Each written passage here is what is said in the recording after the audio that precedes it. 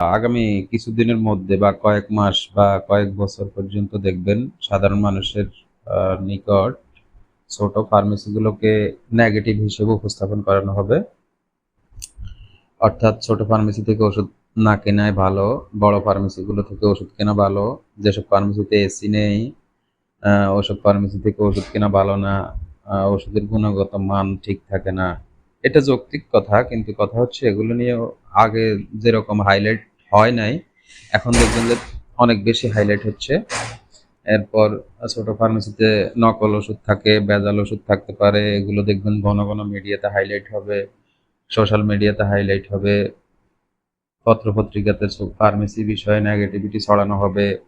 এরপর হচ্ছে ছোট ফার্মেসিতে মেয়াদ উত্তীর্ণ ওষুধ পাওয়া যায় দেখবেন। ঘন ঘন দেখবেন যে ম্যাজিস্ট্রেট বা ওষুধ প্রশাসনের লোক এগুলো ভিজিট করে মেয়াদ উত্তীর্ণ ওষুধ পায়। আহ, এই জাতীয় দেখবেন যে অনেক নেগেটিভিটি আগামী কয়েক মাস বা যে 2-3 বছরের ভিতরে ছড়ানো হবে। এগুলো আসলে একটা হচ্ছে কৌশল। কিসের কৌশল? বড় কোম্পানিগুলো ফার্মেসি ব্যবসা দখল করবে। বড় কোম্পানি কোনগুলো? যেমন ধরেন প্রাণ, আরএফএল গ্রুপ, আকিস গ্রুপ, এই জাতীয় বড় কোম্পানিগুলো ফার্মেসি ব্যবসায় আসবে।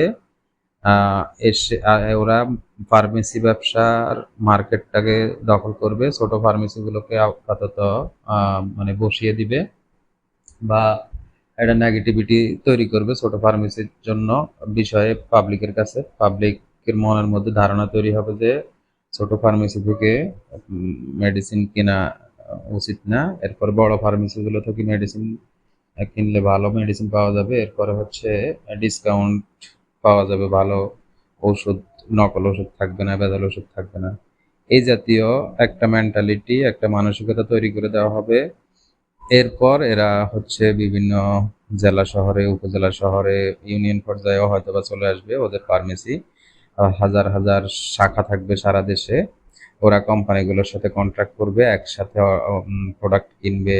আর 1,000 ফার্মেসির জন্য, 2,000 ফার্মেসির জন্য কোম্পানিগুলো ওদেরকে ভালো সুবিধা দিবে, ওরা আবার কাস্টমারকে ভালো ডিসকাউন্ট দিতে পারবে। তো এজন্যই বলতেছি, ছোট ফার্মেসি ব্যবসায়ী যারা আছেন তারা একটু চিন্তা করেন ভবিষ্যতে কিভাবে ব্যবসা করা যায় অথবা কি করা যায়। আর ফার্মেসি বিষয়ে সতর্ক থাকবেন, কাগজপত্র ডকুমেন্টস ঠিক রাখবেন, ওষুধ মেয়াদ উত্তীর্ণ ওষুধগুলো আলাদা করে রাখবেন। এরপরে নকল ভেজাল ওষুধ তো আশা করি ইনশাল্লাহ কেউ রাখবেন না। এই হলো পরামর্শ। আসসালামু আলাইকুম।